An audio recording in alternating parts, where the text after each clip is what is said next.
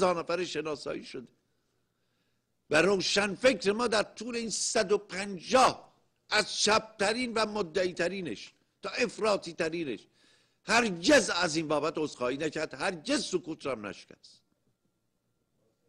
هرچی هم نگاه کردم در چهره اینا بینم اینا جاسوس صهیونیستن، جاسوس انگلیسن، جاسوس آمریکا هستن. بنده علامتی ندیدم جز اینکه جمعی هستن ایران رو واقعا از ته دل دوست دارن، در حدی که ایران رو برای خودشون کعبه میبینن، مکه بهاییته. و فکر بکنید اگر همین چیز بر مدار حقیقت در سرزمین ما جریان داشت، ما چند میلیون در سال فقط توریست داشتیم که میرفتن به زیارت ایران، به زیارتی که در دیانت بهایی، به زیارت سرزمینی که در دیانت بهایی از اون به عنوان سرزمین مقدس یاد میشه. ما چرا با اندیشه ها برخورد نکردیم؟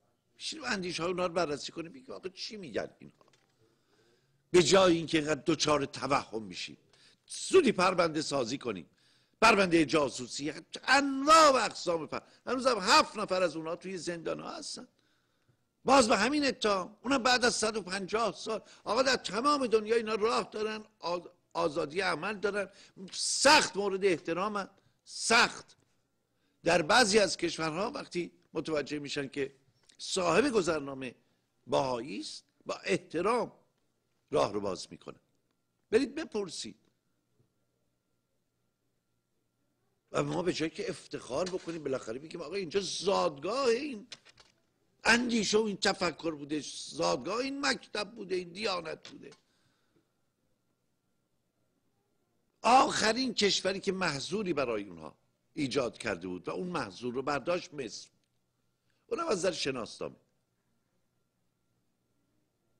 اینم برداشتم، مصری هم به این معضل پایان دادن چون میدونستن که کاری که دارن میکنن واقعا غیر انسانی است، غیر انسان. آقا مگه ما مبصر دنیا هستیم؟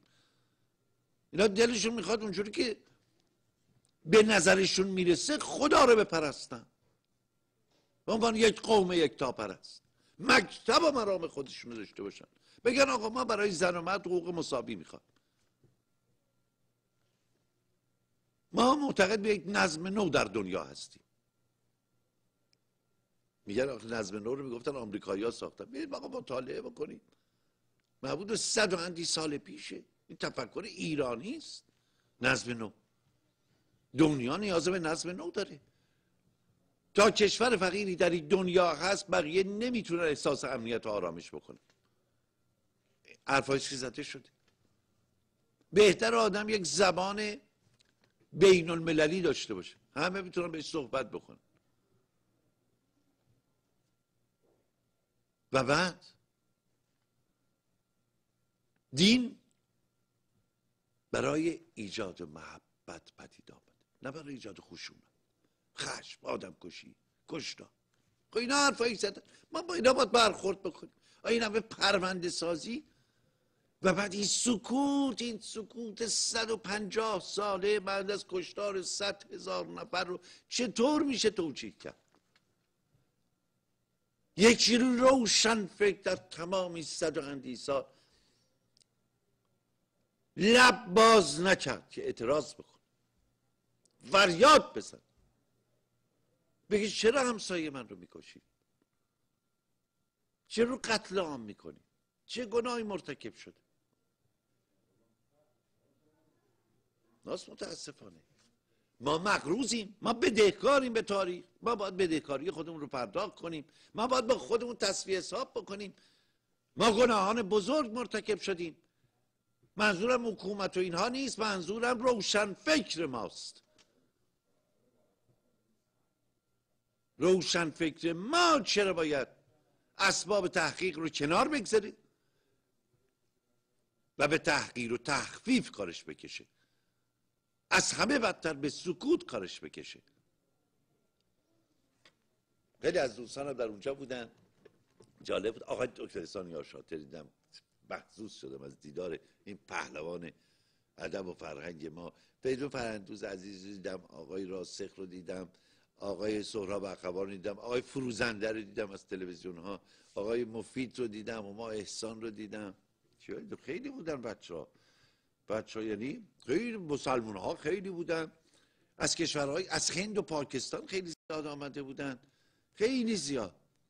حالا یادم باشه بقیه ماجرا رو باز بهتون بگم، نکته هایی رو یادداشت کردم دیدم، کنجکاوم دیگه. برام خیلی جالب بود، جالب ترین سخنرانی که نفس از کسی در نیامد. یعنی احساس کردم مردم با تمام وجود دارن گوش میکنن اون چی که من حقیر داشتم میگفتم. یعنی مستمعی داشتید که شما رو به ذوق میآورد، به شوق، یعنی یک مستمع صاحب فرهنگ که درد رو لمس کرد و دنبال راه حل میگرده، دنبال راه درمان برای میهن خودش، مملکت خودش، و همه نگرانن از آینده ایران. ایران باید خوشبخت‌ترین سرزمین دنیا بشه، تمام ابزار امکاناتش رو داره،